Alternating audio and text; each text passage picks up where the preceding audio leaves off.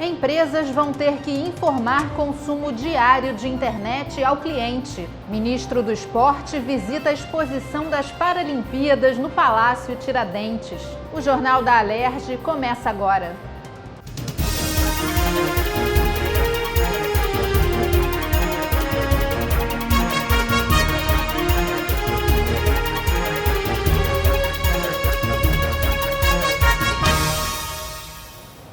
Boa noite.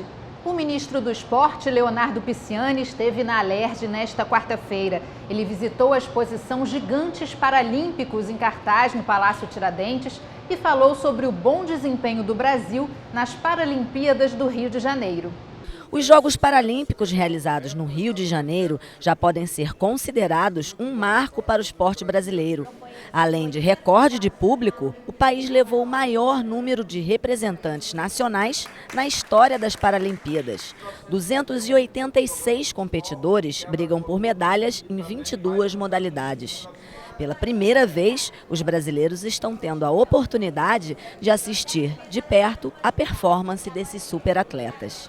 O resultado extraordinário da delegação brasileira, cumprindo o nosso prognóstico de que faríamos uma excelente campanha, melhoraríamos a nossa posição em relação a Londres. E eu creio que o mais importante ficam a visibilidade e a possibilidade que os Jogos trazem da população ter mais conhecimento do que é o paradesporto, de como ele se dá e da extraordinária competitividade que tem as modalidades e do extraordinário talento dos atletas. A surpresa maior, que eu já tinha uma expectativa, mas não tão grande, foi o acolhimento do povo fluminense, né? Eles compraram realmente a ideia de estar dando suporte para os nossos atletas, né? E eu digo que hoje nosso coração é paralímpico. O aporte financeiro do governo federal e o apoio do Ministério do Esporte foram fundamentais para o sucesso das Paralimpíadas Rio 2016. O ministro Leonardo Pisciani garantiu não só a continuidade, mas também a ampliação do incentivo aos atletas. Hoje o Ministério do Esporte é o maior parceiro do Comitê Paralímpico Brasileiro e nós queremos ampliar essa parceria, levando o paradesporto ao maior número de cidades, a todas as regiões brasileiras e ao maior número de pessoas possíveis em cada canto do Brasil. 90% dos brasileiros que estão nos Jogos recebem a Bolsa Atleta. Mesmo assim, a vida dos paralímpicos não é fácil. Fábio Bordignon, medalhista de prata no atletismo nos 100 e 200 metros rasos, diz que ainda é necessário mais apoio aos esportistas. Ele acredita que o evento realizado no país vai trazer mais visibilidade e investimentos ao esporte. O atleta de alto rendimento ele precisa de mais.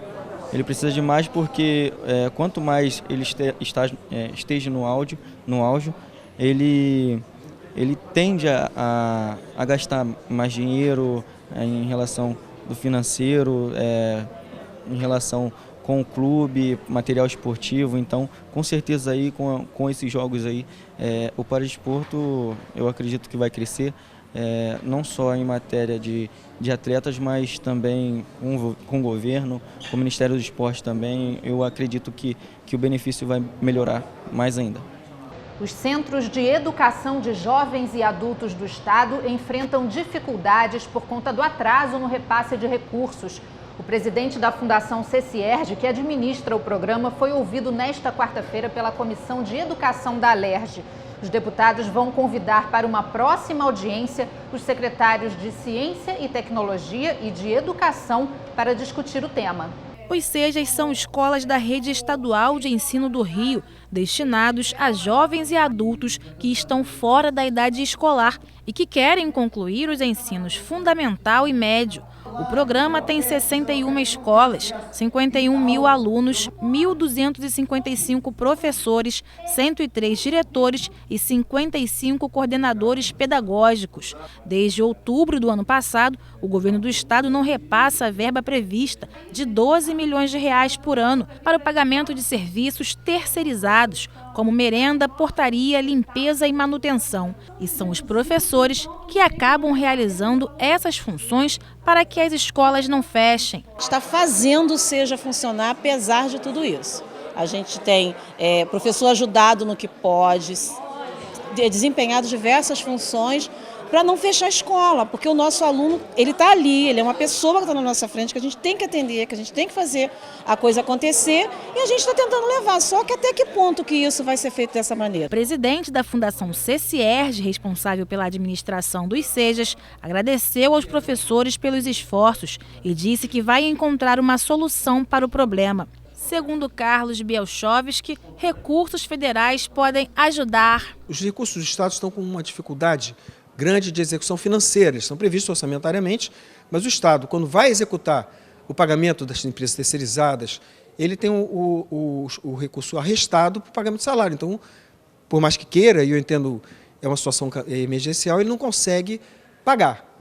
No entanto, existem recursos federais para a educação, e esses recursos não são objeto desse arresto.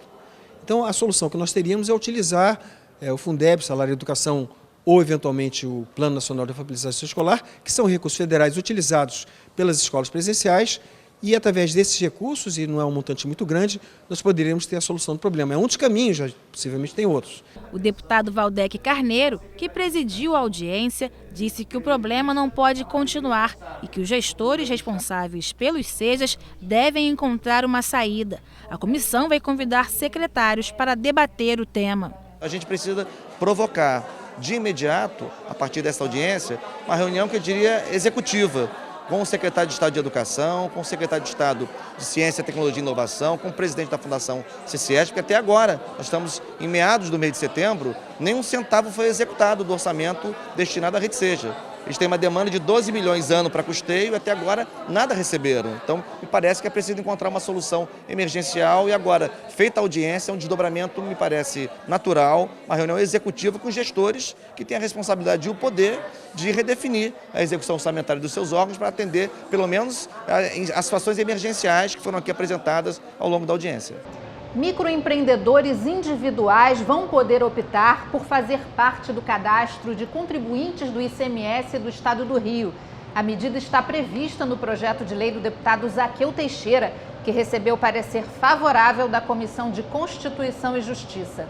De acordo com o texto, o profissional vai decidir se deseja incluir o CNPJ no cadastro de pessoa jurídica de contribuintes do Estado. Segundo o relator do projeto, caso a lei seja aprovada, vai contribuir para melhorar o controle fiscal do Estado.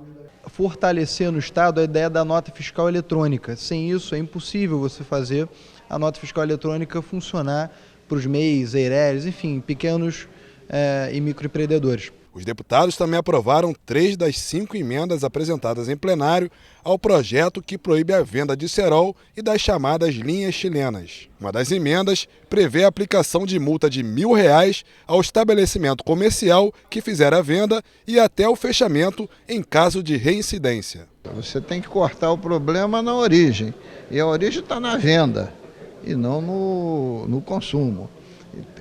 E a linha chilena, né, principalmente na região metropolitana, totalmente urbanizada, com um volume de motos imensas, tem provocado acidentes muito graves. As empresas de internet móvel e banda larga vão ser obrigadas a informar aos clientes o consumo diário da franquia contratada.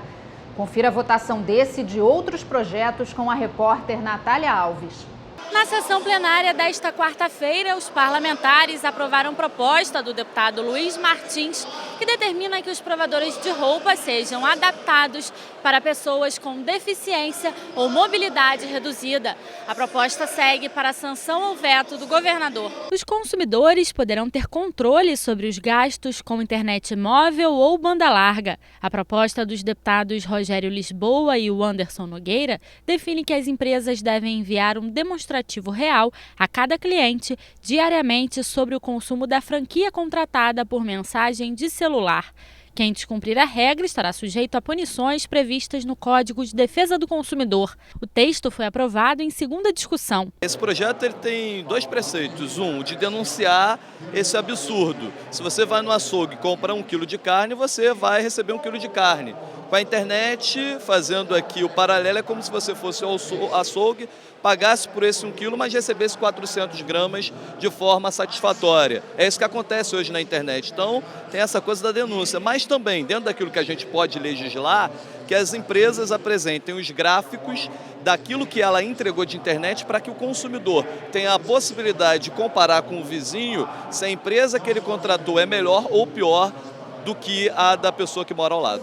E a deputada Márcia Giovanni quer obrigar a Secretaria Estadual de Saúde a disponibilizar diariamente no site as informações de quantos leitos estão ocupados e livres nas unidades hospitalares credenciadas ao SUS.